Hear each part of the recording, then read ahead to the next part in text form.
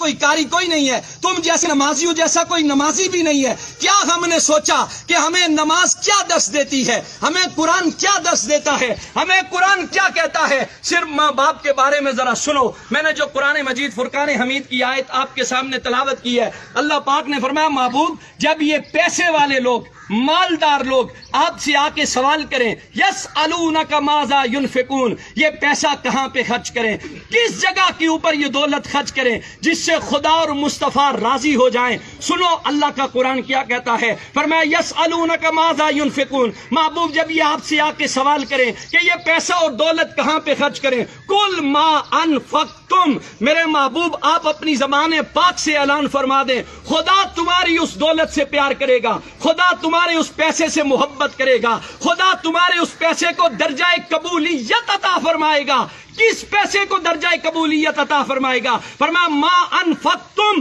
من خیر فللوالدین، جو پیسہ تم اپنے بوڑھے باپ اور بوڑھی ماں کے اوپر خرچ کرو گے، اور تمہیں گارنٹی مل رہی ہے کہ جس بندے نے اپنے ماں باپ کے اوپر پیسہ خرچ کیا، جس نے ان کی خدمت کی، جس نے ان کا احترام کیا، جس نے ان سے دعائیں لی ہیں، اس بندے کے ساتھ خدا بھی راضی ہے، خدا کے محبوب بھی راضی ہیں۔ یہ بات یاد رکھو، یہاں سے 7 لاکھ روپے خرچ کر کے بندہ حج پڑھنے جاتا ہے، نہ اس کے پاس مکے کے مفتیوں کا فتویٰ ہے، نہ پاکستان کے مفتیوں کا فتویٰ ہے کہ تو نے 7 لاکھ روپے خرچ کیے، تو نے کعبہ شریف کی زیارت بھی کی ہے، تو نے وہاں صفا اور مروہ کی سعی بھی کی ہے، تو مکے اور مدینے کی گلیوں میں گھوما بھی ہے، اس کے پاس سند نہیں ہے کہ تیرا حج قبول ہو گیا ہے، تیری عبادت قبول ہو گئی ہے، تیرا جھکنا قبول ہو گیا ہے۔ خدا کی رحمت کی امید تو ہے لیکن قبولیت کی گارنٹی کوئی نہیں دے سکتا۔ لیکن سنو، جنہوں نے ماں باپ کی خدمت کی ہے، ان کے ساتھ محبت کا رشتہ قائم رکھا ہے،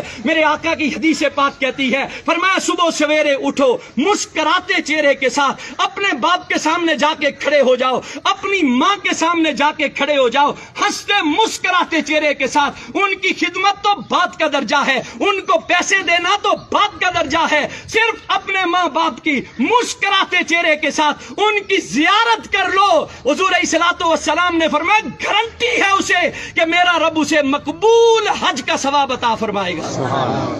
ہم یہاں سے حاجی صاحب بننے کے لیے مکے کی گلیوں میں تو جاتے ہیں، مدینے کی گلیوں میں تو جاتے ہیں، پیسے تو خرچ کرتے ہیں۔ کبھی سوچا تمہارا بوڑھا باپ گھر میں بیٹھا ہوا ہے، کبھی سوچا تمہاری ماں وہ محبت کی نظروں سے تمہیں دیکھ رہی ہے، شاید میرے بیٹے کو زندگی کا گزرا ہوا کوئی لمحہ یاد آ جائے، شاید اسے زندگی کی کوئی بیتی ہوئی یادیں ستائیں کہ میرے باپ نے میرے لیے اتنا کچھ کیا تھا، میری ماں نے لوگوں کے دروازوں کے اوپر جا کر کپڑے دھو کر برتن مانج کے لوگوں کے گھروں میں جھاڑو لگا کر، آپ اور میں روز دیکھتے ہیں بوڑھے ضعیف العمر لوگوں کو کہ روڈ کے اوپر سوٹی اٹھا کر لوگوں سے مانگ رہا ہے۔ کبھی اس بابے سے ایک دفعہ پوچھ کے دیکھو، بابا یہ تو کس کے لیے مانگ رہا ہے؟ تو لوگوں کے دروازوں کے اوپر جاتا ہے، تو کس لیے جاتا ہے؟ کیا تجھے اپنی ضرورت ہے؟ وہ باپ کہتا ہے نہ مجھے میری ضرورت نہیں ہے، میں زندگی گزار سکتا ہوں، لیکن میرے گھر میں ننھے بچے ہیں جو شام کو میرا راستہ تکتے رہتے ہیں۔ ہمارا باپ گھر میں سودا لے کے آئے گا،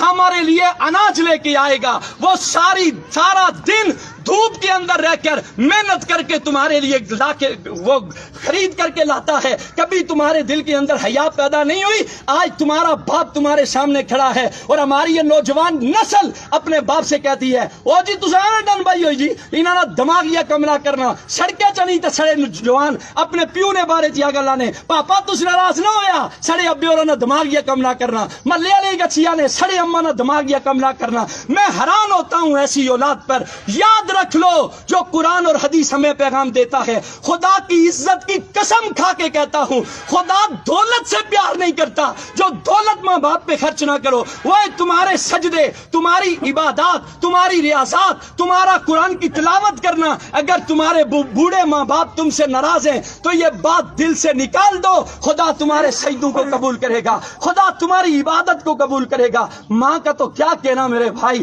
ماں تو زمانے کی وہ ہستی ہے جسے جسے قرآن نے چاند کہا ہے. ساری کائنات ایک طرف ہے, ماں کی ہستی ایک طرف ہے. ماں جیسا تو اللہ نے کائنات کے اندر کسی کو پیدا ہی نہیں کیا ہے. وہ ماں جس